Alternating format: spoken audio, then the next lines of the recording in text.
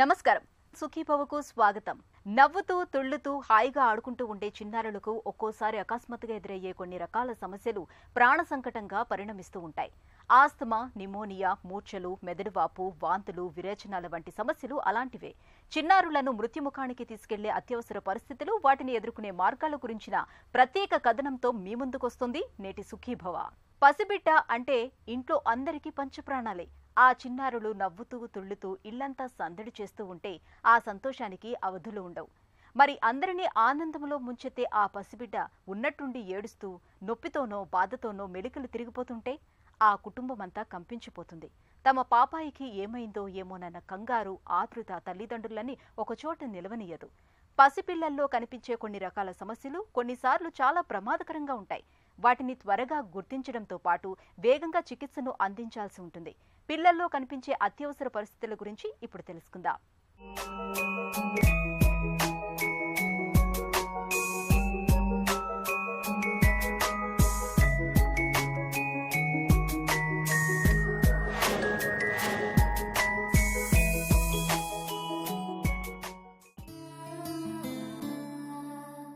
పసిబిడ్డలు ఇంటిల్లిపాదికి కంటి దీపాలు.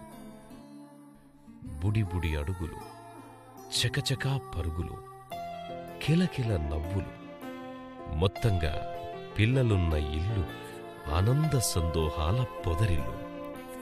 చిన్నారులు నవ్వుతూ తుళ్ళుతూ కేరింతలు కొడుతుంటే తల్లిదండ్రులు, అమ్మమ్మ, నానమ్మ, తాతయ్యల ఆనందానికి అవధులే ఉండవు. అలా కాకుండా అభం శుభం తెలియని పసికందులకు ఒంట్లో ఏదైనా సమస్య తలెత్తితే కుటుంబమంతా ఎంతగా కంపించిపోతుందో మాటల్లో చెప్పడం కష్టం. బిడ్డ ఏడుస్తుంటే ఇల్లంతా ఒకటే కలవరం.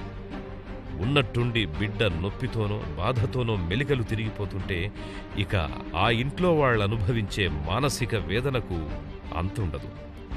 సాధారణంగా కనిపించే జలుబు, దగ్గు, జ్వరాలతో పెద్దగా ఇబ్బంది లేకపోవచ్చు. కానీ ఒక్కోసారి ఊపిరి సరిగ్గా తీసుకోలేకపోవడం, ఆయాసం, ఫిట్స్ రావడం వంటి విపత్కర పరిస్థితులు పిల్లలకు ఎదురవుతుంటాయి. ఇలాంటి అత్యవసర పరిస్థితుల్లో తల్లిదండ్రులు వేగంగా స్పందించి పిల్లల్ని వెంటనే ఆసుపత్రికి తీసుకెళ్లాలి. అంటే పిల్లలు అత్యవసర పరిస్థితులు కొంచెం డిఫరెంట్గా ప్రజెంట్ అవ్వచ్చు. కాకపోతే ఏంటంటే ఇప్పుడు మన దేశంలో కానీ లేకపోతే గ్లోబల్గా తీసుకుంటే ఈ రెస్పిరేటరీ ఎమర్జెన్సీస్ అంటే శ్వాసకోశ సంబంధించిన వ్యాధులు, ఇన్ఫెక్షన్స్ వలన ఎమర్జెన్సీ పరిస్థితి ఏర్పడవచ్చు. ఆర్ గ్యాస్ట్రోఇంటెస్టైనల్ ఎమర్జెన్సీస్ లైక్ ఈ అతిసార వ్యాధి కావచ్చు, అదర్ ఇన్ఫెక్షన్స్ వలన కానీ అత్యవసర పరిస్థితి ఏర్పడి హాస్పిటల్కి రావచ్చు. అలాగే ఇంకా వేరే అదర్ పరిస్థితులు అంటే మెదడు విధంగా తనకైనా మెదడు వాపులాగా అట్లా వచ్చి దానివల్ల ఫిట్స్ వచ్చినా, లేకపోతే ఒకటప్పుడు హై టెంపరేచర్ వల్ల ఫిట్స్ రావచ్చు, అది కూడా ఎమర్జెన్సీ. ఆ సిచ్యువేషన్లో హాస్పిటల్కి రావాల్సిన అవసరం ఉంటుంది. అట్లాగే హార్ట్కి సంబంధించిన ప్రాబ్లమ్స్, కొన్ని రకాల హార్ట్ ప్రాబ్లమ్స్ ఉండి పుట్టుకతోని గుండెకి సంబంధించిన ప్రాబ్లమ్స్ వలన హార్ట్ ఫెయిల్యూర్లోకి వెళ్ళిపోయి దానివల్ల కూడా అత్యవసర పరిస్థితి ఏర్పడవచ్చు. శ్వాస పిల్లలకైనా పెద్దలకైనా ఎవరి ప్రాణాలకైనా ఇదే ఆయువు పట్టు. ఊపిరితిత్తుల్లో వచ్చే ఇబ్బందులు శ్వాసను సమస్యాత్మకంగా మార్చేస్తుంటాయి. పెద్దల్లో అయితే పర్వాలేదు గాని పసిపిల్లల్లో వచ్చే శ్వాస సంబంధిత సమస్యలు పిల్లల్ని పెద్దల్ని ఇద్దరినీ గాబరా పెట్టేస్తుంటాయి. పిల్లలు కొన్నిసార్లు ఏడుస్తూ ఏడుస్తూ గుక్కపట్టి కళ్ళు తేలేసి శ్వాస ఆపేసి నానా గందరగోళం సృష్టిస్తారు. పెద్దల గుండెల్లో రైళ్లు పరిగెత్తిస్తారు. పిల్లలు కొన్ని క్షణాలు శ్వాస తీసుకోవడం ఆపేయడంతో తల్లిదండ్రుల పై ప్రాణాలు పైనే పోయినంత పనవుతుంది. అలాంటిది ఏకంగా పిల్లల్లో ఊపిరితిత్తుల్లో వాపు రావడం, గాలిగొట్టంలో ఏదైనా అడ్డుపడడం లాంటివి జరిగి చిన్నారులు శ్వాస కోసం యుద్ధమే చేయాల్సిన విపత్తు తలెత్తినప్పుడు ఆపరేషన్ చేయాల్సి రావచ్చు. బ్రాంకైటిస్, నిమోనియా మూలంగా పిల్లల్లో ఒక్కోసారి దగ్గు, ఆయాసం అనేవి దీర్ఘకాలిక సమస్యలుగా మారుతుంటాయి. రెస్పిరేటరీ ఎమర్జెన్సీస్ తీసుకోండి, శ్వాసకోశ సంబంధించిన వ్యాధులు వలన అత్యవసర పరిస్థితి ఏర్పడటం అంటే వాళ్ళకి హై టెంపరేచర్ రావటము, కాఫ్ రావటము, దాని తర్వాత తనకి ఆయాసం అది స్టార్ట్ అవ్వటము, అట్లాగే అది ఆస్మా అంటే ఉబ్బసం అయితే కనుక పిల్లి కోతలు అవి ఉండి ఆయాసపడతా ఉంటాము. అదే నిమోనియా ఉన్నా సరే, నిమోనియా సివియర్గా ఉన్నప్పుడు జ్వరము, దగ్గు, ఆయాసము అలా ఉంటే కనుక అది ఎమర్జెన్సీ అన్నట్టు. డెఫినెట్గా హాస్పిటల్కి ఎమర్జెన్సీ యూనిట్కి వచ్చి చూపించుకోవాల్సిన అవసరం ఉంది. అలాగే పిల్లల్లో గ్యాస్ట్రెంటరైటిస్ అంటే అతిసార వ్యాధి, వాంతులు, విరోచనాలు అట్లా అయ్యి దానివల్ల డీహైడ్రేషన్లోకి వెళ్ళినప్పుడు, బాగా నీరసపడిపోయినప్పుడు సివియర్ డీహైడ్రేషన్లోకి వెళ్ళిపోవటం అనేది అది మంచిది కాదు. అంత సివియర్ డీహైడ్రేషన్లోకి వెళ్తే కనుక డెఫినెట్గా హాస్పిటల్కి వచ్చి ఎమర్జెన్సీ యూనిట్కి వచ్చి చూపించుకోవాల్సిన అవసరం ఉంటుంది.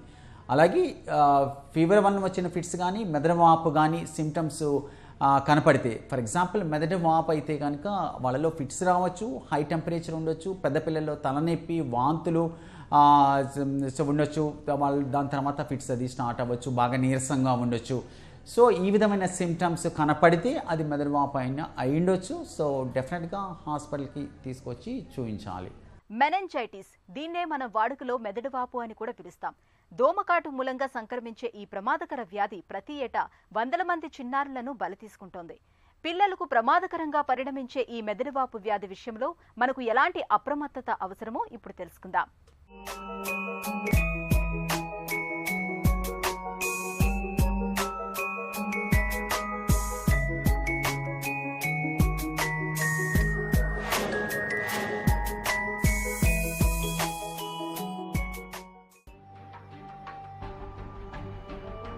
పసి వయసులో పిల్లలకు అప్పుడప్పుడు ఒళ్ళు కాస్త వెచ్చబడడం మామూలే. కానీ జ్వరం బాగా తీవ్రంగా ఉండి జ్వరంతో పాటుగా ఫిట్స్ కూడా వస్తుంటే ఖచ్చితంగా తల్లిదండ్రులకు ఇది ఆందోళన కలిగించే అంశం. పిల్లల్లో శరీరం ఉష్ణోగ్రతను నియంత్రించే కేంద్రాలు మెదడులో ఇంకా అభివృద్ధి చెందుతున్న దశలో ఉండడంతో జ్వరం వచ్చినప్పుడు పసి మెదడులోని నాడీ వ్యవస్థ చికాకుకు గురవుతుంది. అయితే అవి జ్వరంతో వచ్చే ఫిట్సే కాబట్టి వీటి గురించి పెద్దగా ఆందోళన చెందాల్సిన పని లేదు. జ్వరంతో వచ్చే ఫిట్స్ మూలంగా మెదడుకు ఎలాంటి హాని జరగదు. పిల్లలు ఫిట్స్తో బాధపడుతున్నప్పుడు కంగారు పడకుండా బిడ్డను ఒకవైపు పడుకోబెట్టాలి. నోట్లో కానీ చేతిలో కానీ ఎలాంటి వస్తువులు పెట్టకూడదు. సాధారణంగా 2-3 నిమిషాల్లో ఫిట్స్ తగ్గిపోతాయి. ఫిట్స్ తగ్గినా తగ్గకపోయినా పిల్లల్ని వెంటనే ఆసుపత్రికి తీసుకెళ్లాలి. ఫిట్స్ లాగే పిల్లల్లో మెదడువాపు వ్యాధి కూడా చాలా సాధారణంగా కనిపిస్తుంటుంది. మెదడువాపుకు గురైనప్పుడు పిల్లల్లో జ్వరం, తలనొప్పి, వాంతులు, నీరసం, ఫిట్స్ రావడం వంటి లక్షణాలు కనిపిస్తుంటాయి. కొంతమంది పిల్లలు కోమాలోకి కూడా వెళ్తుంటారు. ఫిట్స్, మెదడువాపు లక్షణాలు కనిపిస్తున్నప్పుడు ఆలస్యం చేయకుండా పిల్లల్ని సాధ్యమైనంత త్వరగా ఆసుపత్రికి తరలించాలి. పిల్లల్లో తీసుకుంటే కనుక ఫస్ట్ 6 months to 1 year పిల్లల్లో ఎక్కువ బ్రాంకియలైటిస్ అంటారు. అంటే ఈ లంగ్స్కి సంబంధించిన ఇన్ఫెక్షన్, దానిలో ఏంటంటే మైల్డ్గా ఫీవర్ అది ఉండొచ్చు అండ్ కోల్డ్ కాఫ్తో స్టార్ట్ అయ్యి దాని తర్వాత ఆయాసపట్టము, దాని తర్వాత ఎగశ్వాస, పిల్లి కూతలు ఇవన్నీ ఉండొచ్చు అనమాట. సో ఆ విధమైన సిమ్టమ్స్ కనపడితే కనుక that is a kind of emergency. హాస్పిటల్కి తీసుకొచ్చి పీడియాట్రిషియన్కి చూపించడం. మరీ ఎక్కువ ఎగశ్వాస, ఆయాసం ఎక్కువ ఉండి శ్వాస తీసుకోలేని పరిస్థితి వస్తే కనుక అది ఎమర్జెన్సీగా మనం హాస్పిటల్కి తీసుకొచ్చి చూపించాలి. సో ఎర్లీగా తీసుకురావటం అనేది చాలా చాలా ఇంపార్టెంట్. ఎర్లీగా మనం తీసుకొచ్చి ఎర్లీగా మనం డయాగ్నోసిస్ చేసి ట్రీట్మెంట్ చేస్తే కనుక ఈ బ్రాంకియలైటిస్ ఈ 1 year లోపు వచ్చి పిల్లల్లో వచ్చే శ్వాసకోశ ఇన్ఫెక్షన్ని ఈజీగా మనం కంట్రోల్ చేయొచ్చు. బట్ ఎర్లీగా రావటం అనేది ఇంపార్టెంట్. అదేవిధంగా కొంచెం పెద్ద పిల్లల్లో ఆస్మా, యూజువల్గా 2-3 years and 5 years దాటిన పిల్లల్లో మైల్డ్గా ఫీవర్ అది రావచ్చు. ఏదైనా అప్పర్ రెస్పిరేటరీ ఇన్ఫెక్షన్, పైన గొంతు దగ్గర ఏదైనా ఇన్ఫెక్షన్తో స్టార్ట్ అయ్యి వైరల్ ఇన్ఫెక్షన్, దాని తర్వాత తనకి ఆస్మా, ఉబ్బసం ఉంటే కనుక అది ఎక్ససర్బేట్ అవ్వచ్చు. యూజువల్గా జ్వరం వచ్చిన తర్వాత కాఫ్, ప్రతిసారి జ్వరం రావాల్సిన అవసరం లేదు. కాఫ్తో స్టార్ట్ అయ్యి దాని తర్వాత ఆయాసము, పిల్లి కూతులు, ఎగశ్వాస అట్లా ఉండొచ్చు సివియర్గా ఉన్నప్పుడు. సో అట్లా ఉన్నప్పుడు ఇంటి దగ్గర ఆల్రెడీ వాళ్ళకి ఇన్హేలర్స్ ఉంటే కనుక ఇన్హేలర్స్ ఇంటి దగ్గర వాడినా సరే ఇంప్రూవ్మెంట్ లేకపోతే కనుక, ఆయాసం అది ఎక్కువైపోతా ఉంటే కనుక డెఫినెట్గా హాస్పిటల్కి వచ్చి ఎమర్జెన్సీ ఇంట్లో చూపించుకోవాల్సిన అవసరం ఉంటుంది. అలాగే పిల్లల్లో ఫీవర్ వచ్చి ఫిట్స్ రావటం, ఫిబ్రైల్ కన్వల్షన్స్ అంటారు. యూజువల్గా పిల్లల్లో 6 months to 6 years ఏజ్ గ్రూప్లో ఈ రకమైన ఫిట్స్ అది రావచ్చు. అందరిలో కాదు, ఒక 7 నుంచి 10% పిల్లల్లో హై టెంపరేచర్ వచ్చినప్పుడు, మరీ హై టెంపరేచర్ కూడా ఉండాల్సిన అవసరం లేదు. ఫీవర్ ఉన్నప్పుడు దాంతోపాటు ఫిట్స్ అది రావచ్చు. ఇది ఈ రకమైన ఫిట్స్ వల్ల యూజువల్గా ప్రాబ్లం ఉండదు. స్ప్రే ఒకటి ఇస్తాం, మిడజోలం స్ప్రే అంటారు. ఆ స్ప్రే ఇస్తే కనుక ఫిట్స్ అది కంట్రోల్ అవ్వచ్చు. అది ఆల్రెడీ ఉంటే కనుక అది యూజ్ చేయటము డాక్టర్ చెప్పినట్టు. తర్వాత ఫిట్స్ కంట్రోల్ అయినా అవ్వకపోయినా హాస్పిటల్కి తీసుకొచ్చి చూపించాలి. అదే మెదడువాపు సిమ్టమ్స్ కనపడితే కనుక డెఫినెట్గా హాస్పిటల్కి వచ్చి చూపించుకుని దానికి తగినట్టుగా హాస్పిటలైజ్ అయ్యి మెదడువాపు ట్రీట్మెంట్ అది ఇప్పించుకోవాలి. వన్స్ టెస్ట్ అవి చేసి అది కన్ఫర్మ్ అయిన తర్వాత. పాలు తాగాక, అన్నం తిన్నాక తాగిన పాలు కక్కుకోవడం, అప్పుడప్పుడు వాంతి కావడం పిల్లల్లో మామూలే. కానీ పదే పదే వాంతులవుతూ, వాంతులకు తోడు విరేచనాలు కూడా పట్టుకుంటే ఖచ్చితంగా పిల్లలకు అది ఎమర్జెన్సీనే.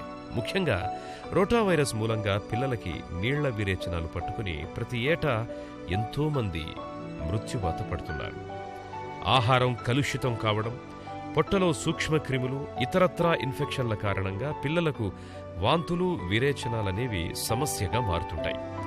పిల్లల్లో వాంతులతో పాటు విరేచనాలవుతున్నప్పుడు సాధ్యమైనంత త్వరగా వారిని ఆసుపత్రికి తీసుకెళ్లాలి. ఆలస్యం అవుతున్న కొద్దీ పిల్లల ఒంట్లో నీరు, లవణాల శాతం తగ్గిపోతూ పరిస్థితి ప్రమాదకరంగా మారుతుంటుంది.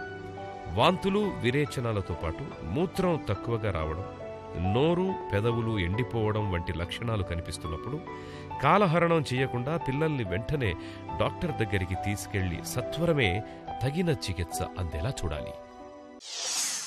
అప్పుడే పుట్టిన బేబీ దగ్గర నుంచి, నవజాత శిశువు దగ్గర నుంచి పెద్ద పిల్లలు 18 years ఏజ్ గ్రూప్ వరకు ఈ మెదడువాపు, మెనింజైటిస్ అంటారు, ఈ మెనింజైటిస్ రావచ్చు. యూజువల్గా సిమ్టమ్స్ ఎలా ఉంటాయి, అదే న్యూబార్న్ పీరియడ్ అంటే ఫస్ట్ 1 month బేబీస్ కానీ ఫస్ట్ 6 months to 1 year పిల్లలు యూజువల్గా యాక్టివిటీ అది తగ్గుతుంది, టెంపరేచర్ ఉంటుంది. ఎక్కువ మంది పిల్లల్లో, నవజాత శిశువులు అంత తెలియకపోవచ్చు. తర్వాత నీరసంగా ఉండటము, బాగా డ్రౌజీగా ఉండటం, మత్తుగా ఉండటము, ఫీడింగ్ అది తీసుకోకపోవటము, కొంతమందిలో వాంతులు అవ్వటము, అది ఇలా సిమ్టమ్స్ కనపడి ఫీడింగ్ అది తీసుకోకుండా టెంపరేచర్స్ వస్తా డ్రౌజీగా, మత్తుగా అలా పడుకుని ఉంటే కనుక ఎస్పెషల్లీ 1 year లోపు పిల్లలకి ఇన్ఫెక్షన్ ఉండుండొచ్చు. అది మెదడువాపు అయినా కావచ్చు, అన్ని మెదడువాపులని కాదు. ఆ విధమైన సిమ్టమ్స్ కనపడినా దాంతో పాటు ఫిట్స్ లాగా వచ్చిన, అందరిలో ఫిట్స్ రావాల్సిన అవసరం లేదు మెదడువాపు ఉన్న వాళ్ళలో.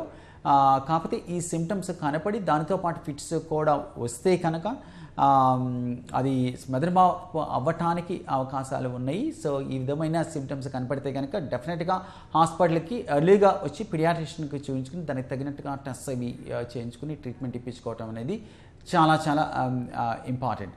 అదే కొంచెం పెద్ద పిల్లలు అయితే కనుక, కొంచెం 5 years దాటిన పిల్లల్లో అయితే కనుక సిమ్టమ్స్ కొంచెం డిఫరెంట్గా ఉంటాయి. వాళ్ళకి హై టెంపరేచర్ అది ఉండటము, తలనొప్పి ఉండటము, వాంతులు అవ్వటము, బాగా నీరసంగా ఉండటము, మత్తుగా పడుకోవటము, కొంతమందిలో వాళ్ళలో కూడా ఫిట్స్ అది రావచ్చు. సో ఈ విధమైన సిమ్టమ్స్ కనపడితే కనుక పెద్దవాళ్ళల్లో హాస్పిటల్కి తీసుకొచ్చి పిడియాట్రిషియన్కి చూయించుకుని, ఇంకా మిగతా సిమ్టమ్స్ అంటే కొంతమందిలో ఆ నెక్ అది బెండ్ చేసేటప్పుడు ఆ స్టిఫ్నెస్ అది ఉంటుంది. అట్లా కొన్ని రకాల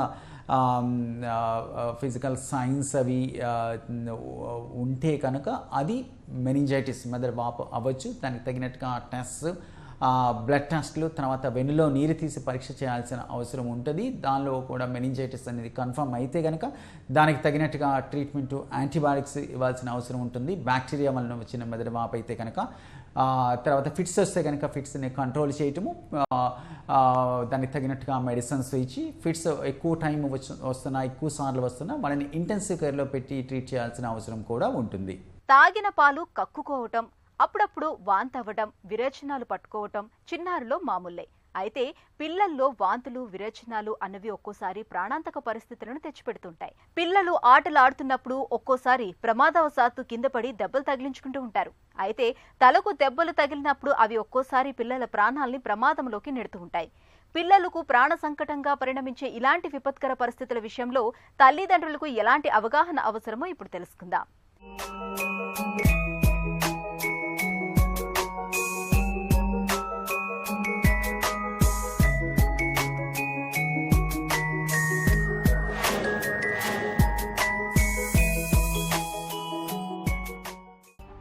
పిల్లలంటేనే అల్లరి. ఎక్కడా ఒకచోట కుదురుగా ఉండకుండా ఇల్లంతా కలియదిరుగుతూ ఉంటారు. నిజానికి చురుగ్గా ఉండడం అనేది పిల్లల ఆరోగ్య లక్షణం.